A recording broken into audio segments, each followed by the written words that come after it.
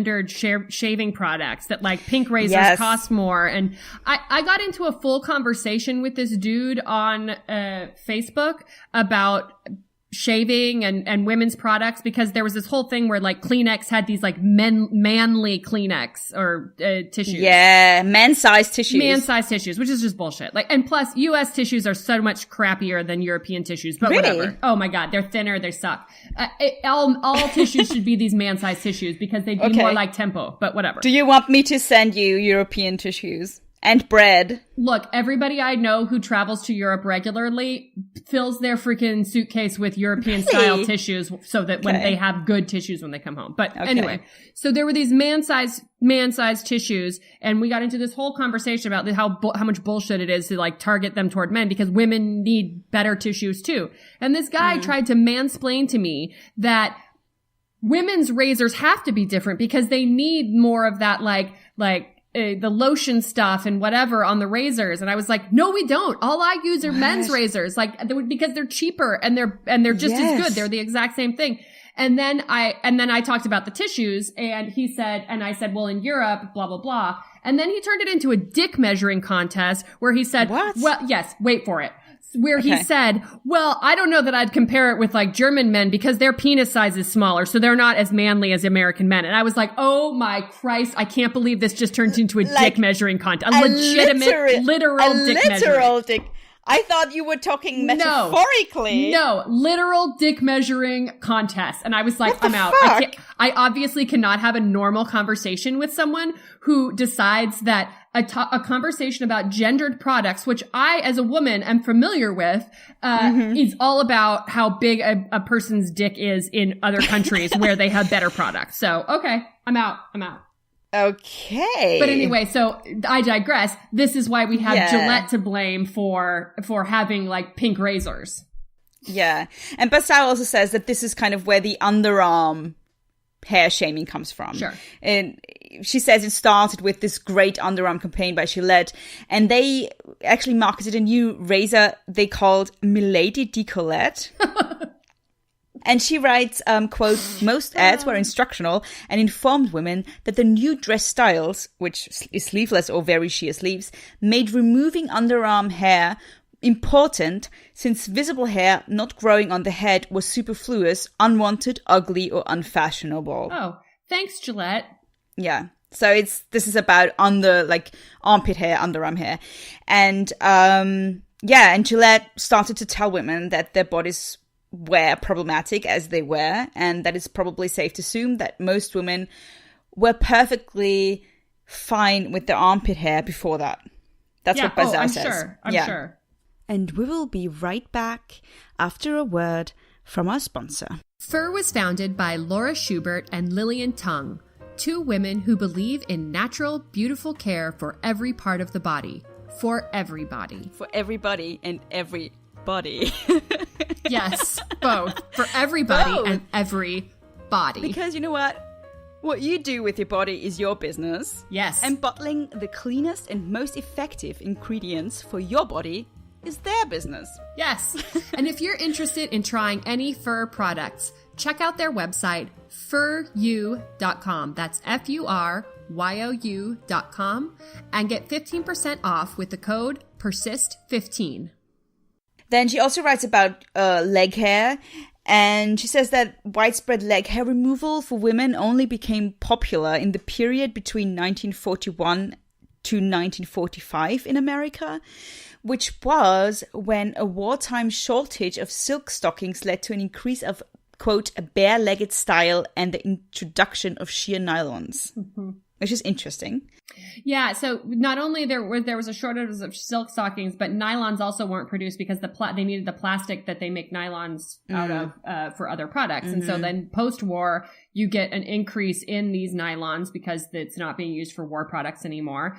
And when there weren't stockings, women would, because stockings always had a seam up the back then, women would actually draw the seam onto their bare leg to make it look like they were wearing stockings, even though they weren't, and they couldn't afford them. Yeah. And so having to shave your legs was like, oh, look, it's like I'm wearing stockings, and you would have the seam drawn up the back of your leg. Yeah. And then she says that at the end of this period, the majority of women probably removed both leg and underarm hair. So the end of this period, as in the end of the Second World War. Yeah. Yeah, and it kind of became hair removal in like the armpit area and legs became a normal part of women's personal hygiene at this point. And it was considered necessary to be, quote, clean, neat, attractive, and modern. Yes. More ways of saying, if you're not doing it, you're an old lady, or you're out of style, or you're just gross. Yeah. Oh, that's also interesting that, because there's also something that I came across as a teenager that not removing armpit hair was also considered something that the generation before us did. Yes. So not doing it was very like old fashioned. Yeah, and yeah, uncool. yeah. No, and if I think back to like, if you think back to like second wave feminists, and even if they weren't feminists, like women of that generation, like it wasn't a big deal, like to, you know, because second wave feminists weren't doing it, it wasn't a big deal to have armpit hair, or it wasn't a big deal not to shave your legs all the time. But yeah. Yeah. So when it comes to pubic hair, which is the thing that I find most interesting, and we are only talking about North America right now. I didn't really find studies on the topic in Europe or other places in the world. So this is really about North America. In North America, there's no precise moment when pubic hair removal became normalized. But people articles keep saying that it seems to have become increasingly common in the last 20 years or so. And many argue that that's also because of the influence of pornography. Oh, yeah. Now, the argument goes like this.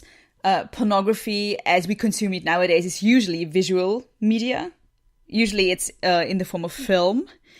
And if sex is performed for an audience, then clearly the more you see of the genitals involved, the better. So in pornography, it kind of became the norm to shave because of this. Because it makes the genitals visible. Yeah, I mean, if you think about it, there are reasons why one would, for medical reasons, get rid of their pubic hair. Like if you had, I don't know, pubic lice, which is like a sexually transmitted disease. So things like that, there are definite reasons why you would do it in order to make yourself healthier, but there's nothing about it that actually like makes you healthier on a day-to-day basis. Yeah. And people argue that that pornography played a huge part in the normalization of pubic hair removal. And, you know, in the 1980s, when you look at Playboy magazines, those models had pubic hair. And in the 1990s and 2000s, it basically disappeared from the magazine. And most women started sporting like a Barbie doll-like hairless genital area. Yes. And that's, of course, not natural for a woman that age. It's just natural for pre-adolescent girls. And then there's the argument that Ramsey, Sweeney, Fraser, and Oates put forward that the result of this practice of depicting hairless genitals in the context of erotica and porn is that because of this association, bare genitals became kind of the more erotic, became more erotic than hairy genitals.